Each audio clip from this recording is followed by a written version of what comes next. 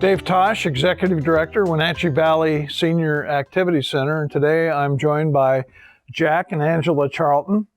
Jack and I haven't known each other very long, but I know quite a bit about Jack, and it has to do with my upbringing in Kashmir and some connections there. But the interesting part that I found out is that Jack started out with our original senior center and was working with the Council on Aging. And I wanted to talk a little bit about that because I enjoy the history and how we've evolved over the years. I know that there was a facility that was connected to the YMCA down on Arundel Street. That's and correct. there was a little building that was called the Annex, Right. and that's where the senior center started. So talk a little more about some of that history.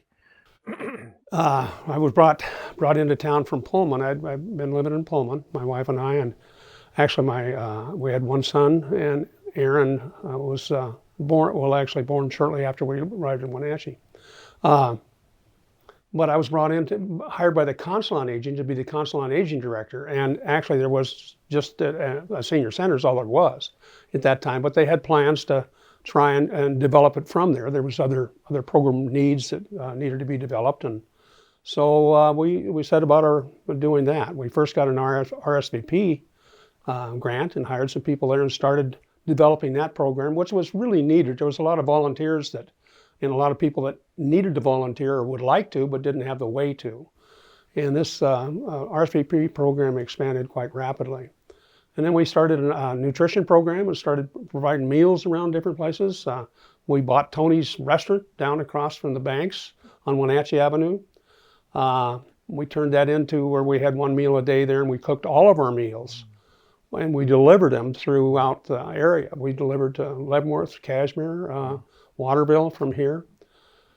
And we then even dabbled a little bit on transportation, tried to get some transportation programs going. But that wasn't as successful as what we would have liked to, but it was needed a little more money. And the area agency started about that time in the state of Washington, and they were going to develop one here for the 6 counties. And we decided, or I decided, that I'd like to be that position, and so the agency started out at the college and was out there for over 10 years, and it was under the continued education department, and I worked for Ed Hill and was hired there, and we had actually a double wide trailer out there behind Wells House, and we started programs there with case management, and we got the amount of dollars was roughly $3 million that we then allocated on contracts for different services throughout the 6 county. Now, a little bit of a unique part of this, and I'll just dabble on this for a second, is contracts always used to be put out on a grant basis. And you didn't necessarily know what you were going to get with the end product that you put out the dollars for. Yeah. So we put everything on a unit rate reimbursement. And so all of our contracts, whether it be for case management or transportation or meals, they got reimbursed only if they provided a unit of service, which was kind of unique for the state of Washington. And we had to go back, I mentioned Pat Fitzgerald earlier. We went back to Michigan and trained area agency just back there on how to do that. So from there, I thought we were going to get rich, and so we bought a couple athletic stores and moved into that. And that was we left. I started there in 1976. Started here in 71. So, and it's developed a lot from that. I think the Area Agency on Aging now is called the Aging and Adult Care. And Adult Care. And I think they were located in Douglas County at one time, and I'm not sure where they're located now. But well, they are in Douglas County. I think they cover 5 counties. 6. There's still 6 counties now. Yeah. Okay. Well, there's always been 6. Okay. Yeah, we traveled. Believe me. Yeah. It's a big area to cover. You mentioned, just so I'll interject a moment, the young lady by the name of Erin. That's your daughter. Yes. And that's Erin Cass. And Erin obviously is well known in our community. She's right now involved with the SAIL program, and everybody that's a senior pretty much knows what that is. But I thought it was interesting, the connection, that you started out working with seniors, and now Erin has had a lot of involvement with our area seniors. So kind of interesting that way. So yeah, I mean the senior center. A lot of people ask me, how did it get started and where did it start and all that. I think you've answered a lot of questions about our originating down on Arrondo Street. Right. And it was a good group of people, and they stayed giving me direction for 6-7 years there. So. I know one of the stories that I heard, and I've become good friends with a gentleman by the name of Jim Telford. And what business he was in. Oh yes. And he was a Rotarian, and he got fined multiple times for calling bingo at the senior center. And they did bingo apparently in the basement of the Cascadian Hotel. I don't know if you go back to that era or not, but I go back to that era. But it was funded by. I had moved to the area agency, and so that was still the Council on Aging. They moved to the Cascadian and served their meals there, and their offices were there too. Interesting. So, yeah. But that was kind of a neat story. But I can see why he got fined in the Rotary Club for doing bingo. He was involved in actually trying to help us get the transportation program going. We brought in a great big bus and drove it around town. It was not very smart, but we but we saw the need. So. Well, thank God for Link, because that's how a lot of seniors get here for their lunches and their that's a good program. It is. Well, let's talk a little more about now that you've gotten a little older, shall we say. Talk a little bit about how you stay active. I think you've got an interesting story that we should convey to our listeners, that it takes a little bit of initiative and somebody has to provide that sometimes. Yeah, as we were talking about, we had brought our motorhome over and stayed at Confluence Park and to visit Aaron and family. And when I say we at that time, it was myself and my first wife, who passed with cancer. And I had a bike that I'd picked up, and so I decided I was going to try and ride the loop. And I was 64 at the time, and rode the loop. And believe me, I was really pooped afterwards. I mean, I was really out of shape. I had been going to the gym for quite a while, but I was always lifting, never doing cardio things.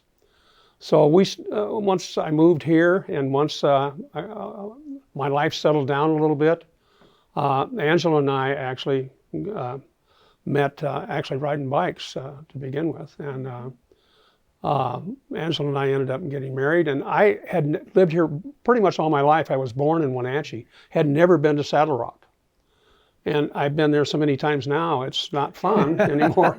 But we hike all over the place, and she loves to do that. And I get my whip out. Yeah. She also was a member of the gym, and so I started going to the gym. And we go to the gym, well, pretty much every day. We have these Fitbits, and we do that kind of stuff. But as I was telling you earlier, I don't have a hobby, and my hobby is reading and physical activity. And so we try and get at least 10,000 steps a day, but often we'll go walk 10 miles up in the hills. So wow. And we have a dog. We've had one dog prior to this. Actually, Aaron provided us with that as well, but She found them. Found them for us. But we have right now a golden doodle, and she loves. She just turned 3 yesterday, and loves to go out. And so we feel an obligation to exercise her. So we like a normal day was we'll go at the gym. We'll go pick her. We'll either take her this time of the year and take her to the park. Then we'll go on a walk at least afterwards. So how do you fit the trail into all this? Well, during the summer, I try and ride the loop and go to the gym, or ride the loop twice, and we also walk. And well, we snowshoe. We snowshoe. We hike even in the wintertime. It's just once you kind of get into it, you get a little bit addicted. Well, it is our passion. That's what we like to do. But it also keeps us physically fit too. It's I probably abused myself more than most when I was younger, but now everything seems to be working fine that way. I weighed a lot more weight than I do now, and I'm still 220. So. Well, I can relate to what you're saying about having interests. Once you're retired, what do you do? And I think one of the things everybody can do is exercise. It's just a matter of motivating yourself to get up and get going and get outside or whatever you do. It's like a job. You get up, and that's the thing you do, And usually we go at the same time. like 8:30. We'll be at the gym, and so it's just that's how our We day pretty much starts. set our clock. Set your Yeah. clock by what we do. Yeah. But at first it's not as easy. It gets easier. Yeah. I mean, seriously, it really does. It just gradually gets to be something that you want to do. Yeah. Gets to be a habit too.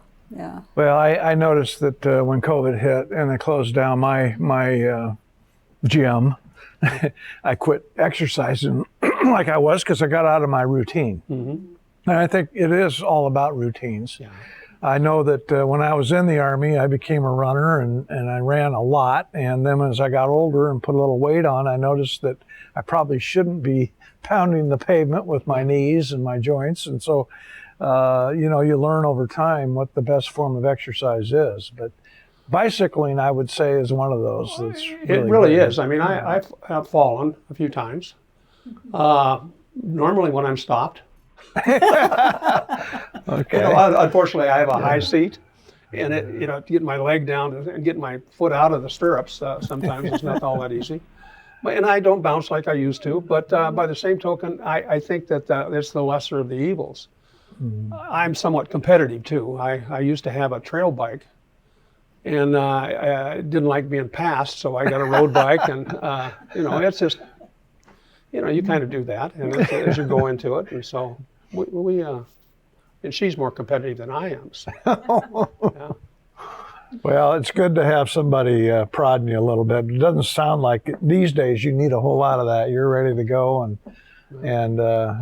it's a good story. I mean, it's a good story to hear. How do you go about getting active, staying active, and you feel better about yourself, and your health is better, and the whole deal. And I It's understand. also about friends because we feel we have to be at the gym because our friends are going to wonder where we are. And they do. Yeah, and they do. And so it's like, oh yeah, I promised her I'll be there, so I have to be there. And we see a lot of that here when we're exercising here at the senior center. They all become friends, and it becomes not only good exercise, but a social element to it as well. Yeah. Well, when the gym closed with COVID, we spent a lot more time walking then. For a while, I've had 3 hip operations, a knee, replaced. I've had a lot of things that's kind of kept me, so I didn't necessarily want to walk as much. But now that, I can, and so therefore I do. And, it limbers it up, and I haven't had any problems with it. But. Did you ever hear the story about my granddad picking up the wrong bottle and drinking malathion? Oh, no. Really? True story. That's not good. Actually, I was told it was parathion after I got here, and I was talking to a guy. Everett Burtz? You ever run across Everett Burtz? Everett I've passed heard the away a couple years ago. He was one of the natives, Burt's Canyon up in Monitor. He's from that family, and he was working at and I found this out after I was having lunch with him. He was one working day. at the service station? Tree fruit experiment station. My granddad became a research project after he drank the marathion. How much did he drink? Well, he took a big swig, and it was straight. I mean, it was not diluted. Oh. So what the story was, one of his buddies who hung out there had an orchard, and my granddad said, "Hey, I need some parathion or malathion, whatever it was, to put on my raspberry bushes." Yeah. So he brings him a pint whiskey bottle with malathion. And it gets into the wrong tire, or the wrong place. Oh, jeez. And one day my granddad takes a big old swig, knew right away what he did, and he doesn't tell anybody. He gets in his car, drives to Dr. Meyer's office there in Cashmere, walks through the door, knew the reception, said, "You need to find the doctor. I got to get my stomach pumped right now."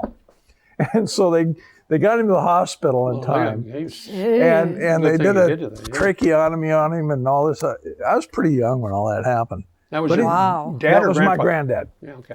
And so that story was still going around town not that long ago. The old timers would still talk about it. Dr. Nash, I think, was my first doctor, I think. Dr. Nash, yeah. And I got my first haircut there at the barbershop. It used to be right by the Pastime Tavern, or wasn't it Pastime? How about Waldo? Remember Waldo? Right, it was on the, I can tell you where it was, from your the service station. It was down the street on the right, just about maybe 4 or 5 buildings. Okay, maybe not even that Well, far. one of them was connected to the club tavern. They had a Club little Tavern, doorway. that's it. That's where I got my first haircut. They had this doorway that went from the barber shop into the tavern, Yeah, and that was Stillman Miller that yeah, owned okay, that. that's Stillman Miller. Yeah. And then further down that same side of the street was Barney's, and that was my granddad's brother, Barney. Ah, Yeah. I'd heard this story about my grandfather a long time before. Okay, my grandfather was talking about his parents getting shot over water rights. My grandson girlfriend was doing student teaching at Cascade School. Okay, she went into the staff lounge, and on the staff lounge, on the coffee table or whatever, there was a book called The Charlton Murders. Well, the water rights thing. Water rights yes, thing. yes. So it's well, but I'd heard the whole story. My grandfather wouldn't tell me that story till I was about 17 or 18 years old.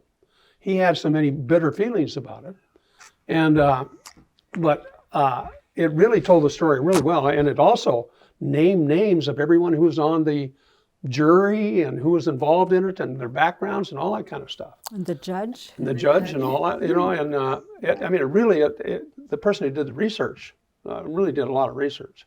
And that's a relative too, isn't she? Yeah. And that was up in Waterville, right? No, right here. That one, I thought. Oh, it was a Malaga. I think you told me that. Yeah, I always here. jumped to the conclusion it was Waterville. No.